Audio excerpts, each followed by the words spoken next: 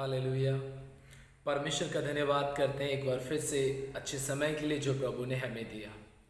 परमेश्वर सच में हमसे बहुत प्रेम करता है और हमारी चिंता करता है, हमारी मदद करता है। हमारा परमेश्वर ऐसा परमेश्वर है, जब हम गलतियां करते हैं, हम गुनाह करते हैं, पाप करते हैं और घुटने टेक करके प्रभु के नज़दीकी में आ जाते हैं, तो प्रभु ऐसा परमेश्वर है जो हमें सज़ा नहीं देता, बल्कि अपने लहू से हमारे अपराध को धो करके, क्षमा करके हमें अपने गले से लगा लेता है। ऐसे ही आज के हम वचन के द्वारा इस बात को जानेंगे। और हमने कल के इस भाग में हमने इस बात को जाना था कि कैसे हम अपने बच्चों को नरक जाने से रोक सकते हैं, कैसे अपने बच्चों को हम सज़ा पाने से रोक सकते हैं। ऐसे ही प्रियो, मैं आपको बताना चाहता हूं कि जिस तरीके से हमें परमेश्वर के वचन के अनुसार अपने बच्चों को शिक्षा देनी चाहिए, जिस तरीके से हम अपने बच्चों से उम्मीद करते हैं कि हमारे बच्चे परमेश्वर का भय माने, माँ बाप का आदर करें, परिवार के लोगों की इज्जत का ख्याल रखें, और भी बहुत सारी चीज़ें हैं जो माँ बाप अपने बच्चों से उम्मीद करके चाहते हैं। तो मैं आपको एक बात बताना चाहता हूं कि यदि आप चाहते हैं कि आपके बच्चे आपसे प्रेम करें, आपकी नज़दीकी में रहें, आपकी आज्ञा का पालन करें और सबसे ज़्यादा आपकी इज्जत का ध्यान रखें, तो मैं आपको बताना चाहता हूं कि सबसे पहले आपको ये काम करना पड़ेगा जो बाइबल हमें सिखाती है। और बाइबल हमें सिखाती है कि परमेश्वर ने अपनी आज्ञाएं हमें दी हैं, अपने नियम हमें दिए हैं, अपनी विधियां हमें दी हैं, जिसके द्वारा हम परमेश्वर की मर्जी को पूरा कर सकते हैं और परमेश्वर के नाम को ऊंचा उठा सकते हैं। आइए आज के वचन में जाने से पहले, आज के वचन में मनन करने से पहले, मैं आप सबों का हमारे जयवंत मिनिस्ट्री बाजपुर के यूट्यूब चैनल पर मैं आप सबों का हार्दिक स्वागत करता हूं, अभिनंदन करता हूं। और आप सबों का मैं दिल से धन्यवाद करना चाहता हूं कि आप हमारे बनाई हुई वीडियो को बहुत अच्छी तरीके से देखते हैं, हमें सपोर्ट करते हैं। हाँ, और हमें ये विश्वास है कि आप वीडियो को पूरी ज़रूर देखते हैं और देख करके परमेश्वर के वचन से आप ज़रूर आशीषित होते हैं। इसलिए आइए हम सब लोग छोटी सी प्रार्थना करेंगे और उसके बाद आज के पवित्र वचन में जाएंगे। आइए अपने आंखों को बंद करें। सर्वशक्तिमान, दयालु और सामर्थ्य अनुग्रहकारी जीवित पिता परमेश्वर, राजाओं के राजा और प्रभुओं के प्रभु, यीशु मसीह के नाम से हम आपके पास आते, नज़दीक में आते हैं। प्रभु जी, धन्यवाद करते हैं आपका सभी महान आशीषों के लिए प्रभु, आपकी बरकतों के लिए पिता, आपके प्रेम, अनुग्रह, शांति और आपकी दया के लिए मेरे स्वर्गीय पिता परमेश्वर। आज के इस सुंदर वक्त में प्रभु आप हम सबों को चलाना प्रभु, आशीष और हमें बरकत देना और अपने नाम के निमित्त हमारी अगुवाई करना पिता परमेश्वर जी। इसलिए हम आगे का समय आपके हाथों में सौंपते हैं पिता परमेश्वर, अगुवाई करना।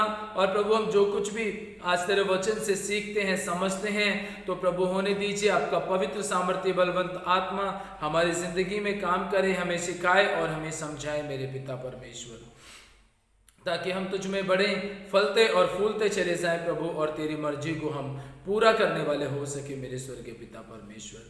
प्रभु हम जानते हैं हमारे मन में, हमारे जीवन में ऐसी कोई बात नहीं जिसे आप पूरी रीति से ना जानते हो मेरे पिता परमेश्वर। इसलिए प्रभु आज के सुंदर वक्त में आप हम सबों को आशीष देना। जितने लोग भी तेरे पवित्र वचन को सुनते हैं प्रभु, सीखते हैं, समझते हैं, इन सबों पर भी तेरी आशीष मांगता हूँ, तेरी बरकत मांगता हूँ, तेरी सामर्थ को मांगता हूँ पिता परमेश्वर जी। इसलिए प्रभु आगे का समय तेरे हाथों में सौंपते हैं, अगुवाई करना, आत्मा के अनुसार चलाना पिता परमेश्वर। धन्यवाद कि आपने हमारी विनती और हमारी प्रार्थना को सुन लिया है प्रभु। सारा आदर महिमा आपको देते हैं, मसीह यीशु के नाम में प्रार्थना मांगते हैं, आमीन। हालेलुया। आइए परमेश्वर का धन्यवाद करें कि प्रभु ने अच्छा मौका दिया और उसके वचन में जाएंगे। इससे पहले कि हम परमेश्वर के वचन से जानें और सीखें, समझें, मैं आपको बताना चाहता हूं कि पिछले लगभग 5-6 दिनों में हम कोई भी संदेश वीडियो के माध्यम से, यूट्यूब चैनल के माध्यम से, फेसबुक या टेलीग्राम, इंस्टाग्राम किसी भी ऐप के माध्यम से हम आप तक नहीं पहुंचा पाए थे, उसके लिए हाथ जोड़ के मैं आपसे माफ़ी चाहता हूं, क्योंकि समय ना मिलने के कारण हम लोग वीडियो नहीं बना पाए थे। लेकिन आप सबों की दुआओं से, प्रार्थनाओं से, आप सब लोगों की सपोर्ट से परमेश्वर ने हमारी सारी व्यस्त जिंदगी को सही किया और हमें आप तक फिर दोबारा मौका दिया कि हम परमेश्वर के वचन को पहुंचा सकें। आइए मेरे साथ में निकालेंगे व्यवस्था विवरण की पुस्तक, उसका 6 अध्याय। मैं आपको बताना चाहता हूं कि व्यवस्था विवरण की पुस्तक 6 अध्याय में परमेश्वर का वचन इस प्रकार से कहता है। प्रियो, सबसे पहली बात मैं एक चीज बताना चाहता हूं। आजकल का जो माहौल है, हम सब अच्छी तरीके से जानते हैं, आजकल का माहौल इतना ज़्यादा खराब हो चुका है, इतना ज़्यादा खराब हो चुका है कि हर एक माँ बाप आए दिन अपनी इज्जत को लेकर के, अपनी ज़िंदगी में आने वाली बेइज्जती को लेकर के परेशान रहता है, टेंशन में रहता है। वो सोचता है कि कहीं किसी ना किसी तरीके से मेरा कोई बच्चा गलत कदम ना उठा ले, मेरा बच्चा गलत कदम उठा कर के कहीं हमारी जो बनी बनाई दादा परदादाओं से इज्जत है उसको तार तार ना कर दे, उसको मिट्टी में ना मिला दे। हर एक माँ बाप चिंतित रहता है, परेशान रहता है। मैं आपको बताना चाहता हूँ, आप चिंता करते हैं, आप परेशान रहते हैं, ये जायज़ तो है, लेकिन आप इससे बच सकते हैं और आप बेइज्जती से, डर से और तमाम प्रकार की बुरी बातों से आप बच सकते हैं। जो इज्जत परमेश्वर ने आपको समाज में दे रखी है, आप उसे लगातार बनाए रख सकते हैं, लेकिन बनाए रखने के लिए आपको परमेश्वर के वचन से एक बात को मानना पड़ेगा, एक बात आपको सीखनी पड़ेगी। और जब आप इस बात को सीख जाएंगे तो उसके बाद जब आप अपने परिवार में उसे अप्लाई करना शुरू करेंगे, परमेश्वर की मर्जी को पूरा करना शुरू करेंगे, विश्वास कीजिए कभी भी परमेश्वर आपके साथ में ऐसी घटना नहीं होने देगा जिससे कि आपका सर ऐसे झुक जाए, क्योंकि परमेश्वर ने हमारे सिर को ऊंचा किया है। व्यवस्था विवरण की पुस्तक 6 अध्याय, यहां परमेश्वर के वचन से हम इस बात को जानेंगे प्रियो, समझेंगे कि परमेश्वर हमें क्या सिखाना चाहता है और क्या समझाना चाहता है। व्यवस्था विवरण की पुस्तक 6 अध्याय, और यहां पे लिखा है 6 अध्याय के 4 वचन से, हे इस्राएल सुन, यहोवा हमारा परमेश्वर है, यहोवा एक ही है। तू अपने परमेश्वर यहोवा से अपने सारे मन, अपने सारे जीव और अपनी सारी शक्ति के साथ प्रेम रखना, और ये आज्ञाएं जो मैं आज तुझको सुनाता हूं वे तेरे मन में बनी रहे। सबसे पहले आप यहां पर ध्यान दें इस बात के लिए कि परमेश्वर का वचन कहता है हर तरीके से, हर प्रकार से अपने यहोवा परमेश्वर की आज्ञाओं का पालन करना, लेकिन अपने सारे तन, अपने सारे मन, अपने सारे प्रेम, अपने सारे धन के साथ में तू अपने परमेश्वर यहोवा से प्रेम करना, और जो आज्ञाएं तुझे तेरे परमेश्वर ने दी हैं तू उनका क्या करना, पालन करना। लिखा है कि वो आज्ञाएं तेरे मन में बनी रहे। परमेश्वर के प्रियजनों, माँ बाप, बड़े बुजुर्गों, मैं विशेषकर आपसे यही कहना चाहता हूं कि ये परमेश्वर के वचन यदि आपके मन के अंदर बने रहेंगे तब आप अपने बच्चों को वही वचन सिखा सकेंगे, और जिन वचनों के द्वारा आप अपने आप को सुरक्षित महसूस करते हैं, ऐसे ही आपके बच्चे भी लगातार उस वचन के द्वारा अपने आप को सुरक्षित महसूस करेंगे और आपको तमाम प्रकार के दुखों से और आने वाली तकलीफ और समस्याओं से वही वचन आपको बचा करके रखेगा। इसलिए परमेश्वर का वचन कहता है यहां पर कि जो आज्ञाएं मैंने तुझे दी हैं, मैं तुझे सुनाता हूं, वो तेरे मन में बनी रहें।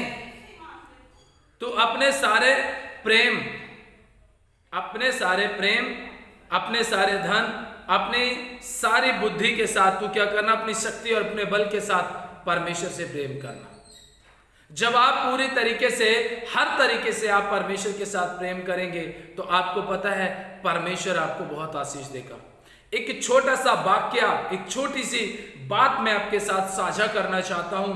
अभी कल की ही बात है, मैं कल फेसबुक पे अपने परमेश्वर के वचन को शेयर कर रहा था। वचन को शेयर करते करते वहां पर मैंने एक देखा, शिक्षा लिखी हुई थी, एक हेडिंग था शिक्षा, और मैंने सोचा कि शिक्षा क्या है, मैं देखता हूं एक बार। मैंने जैसे उस शिक्षा वाले शब्द के ऊपर क्लिक किया तो वहां पर एक छोटी सी वीडियो आ गई जो करीब लगभग 2 मिनट की थी।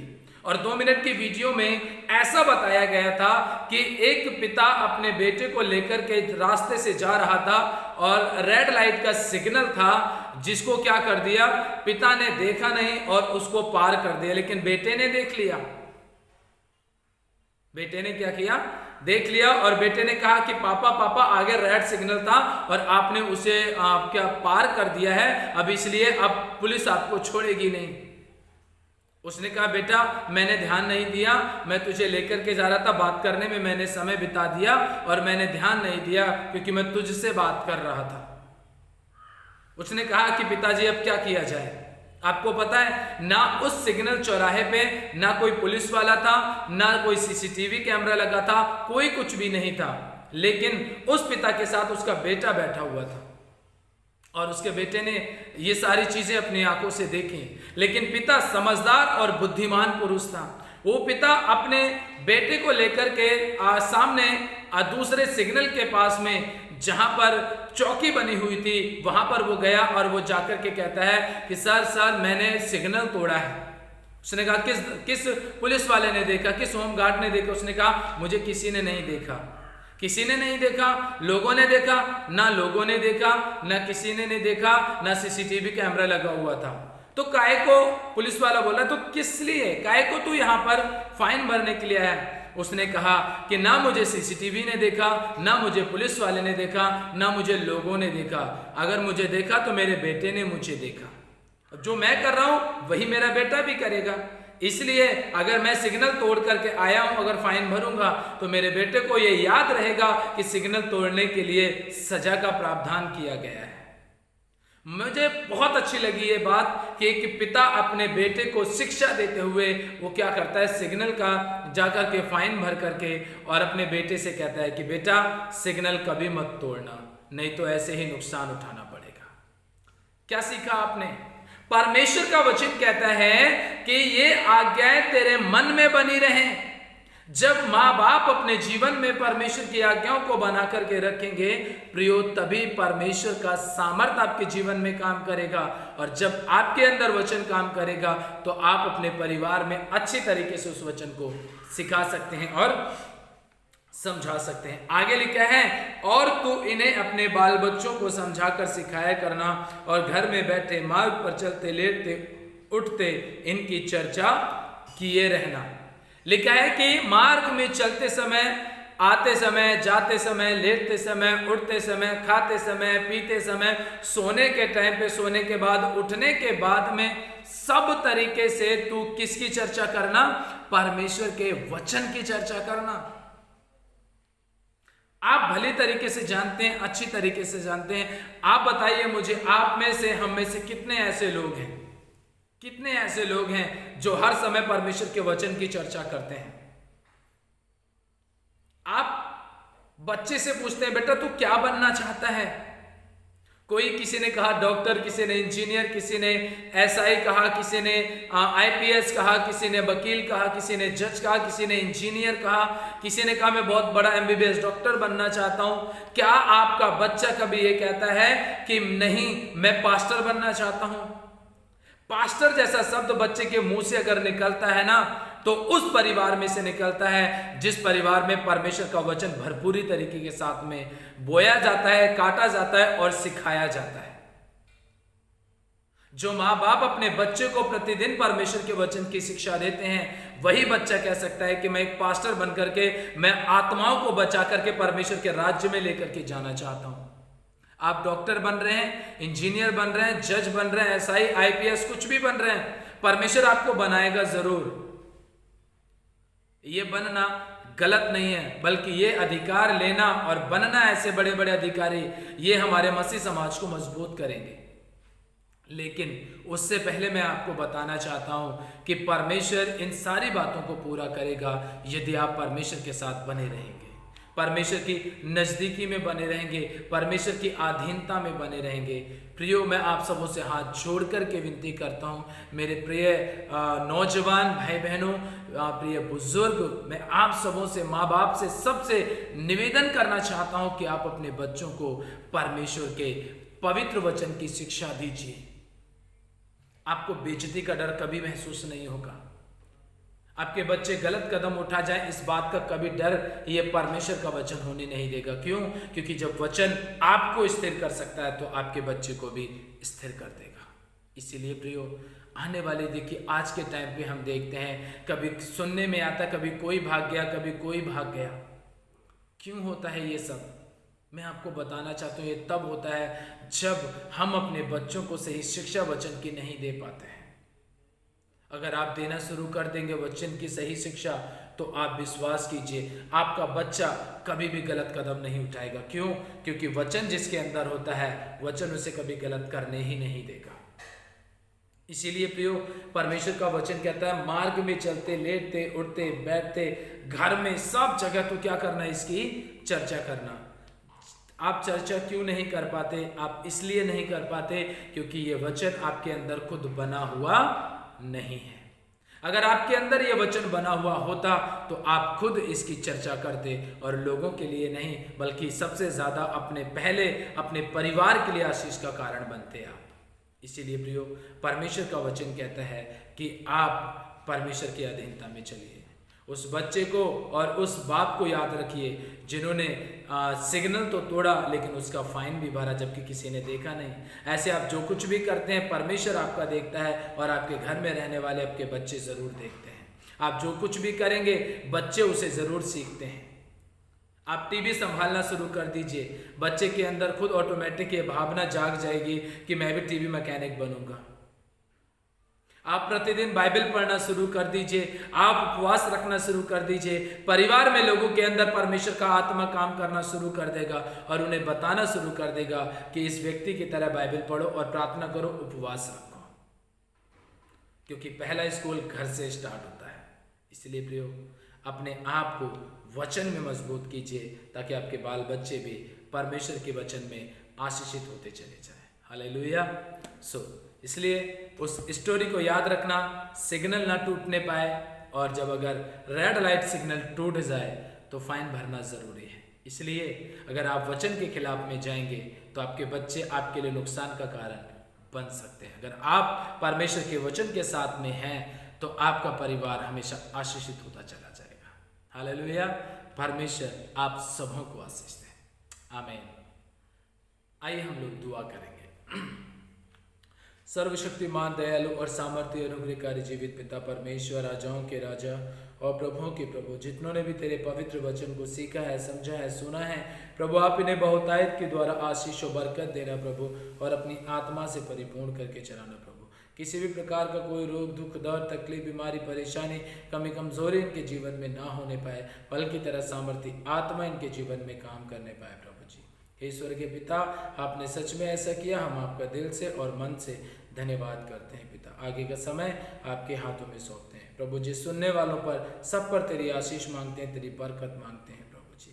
खुदावन धन्यवाद करते हैं, आपने प्रभु हमें आशीषित किया है, आपने हमें स्थिर किया है, आपने हमें मजबूत किया है, और आपने प्रभु हमें हर तरीके से प्रभु जी आशीष देकर के हमारे जीवन को संभाला है प्रभु। सारा आदर महिमा आपको देते हैं, मसीह यीशु के नाम में इस प्रार्थना विनती को मांगते हैं। आमीन। बोलो प्रभु यीशु मसीह की जय। परमेश्वर का वचन हमसे बहुत प्रेम करता है और परमेश्वर हमसे बहुत प्रेम करता है। इसलिए हम कल के बाद से, आज संडे, उसके बाद से सोमवार से हम लोग, मतलब कल से हम इस एक नया भाग आपके सामने लेकर के आना चाहते हैं, और वो होगा आत्मिक परिवार के ऊपर। यदि आप उन भाग को देखना चाहते हैं तो इस वीडियो के कमेंट बॉक्स में आप कमेंट करके हमें बताएं और हमें कहें कि आप किस चीज़ के ऊपर वीडियो चाहते हैं। हम उसी टॉपिक के ऊपर आपको परमेश्वर का वचन जरूर शेयर करेंगे। इसलिए एक परिवार में एक पति का फर्ज क्या होता है, एक पत्नी का क्या होता है, एक माँ बाप और बच्चों का क्या होता है, इस भाग को हम 3-4 भागों में देखेंगे, जानेंगे कि परमेश्वर कैसे हमसे बात करता है। तब तक के लिए आप अपने परिवार का ध्यान रखें, प्रभु में खुश, आनंदित और मगन रहें। इससे पहले आप यहाँ से विदा लें, हम विदा लें, आप हमारे चैनल को लाइक करें, शेयर करें, कमेंट करें और बेल आइकन के बटन को दबाएं और हमारे चैनल को सब्सक्राइब करें। परमेश्वर आप सबों को आशीष दे। सभी को जय मसीह की।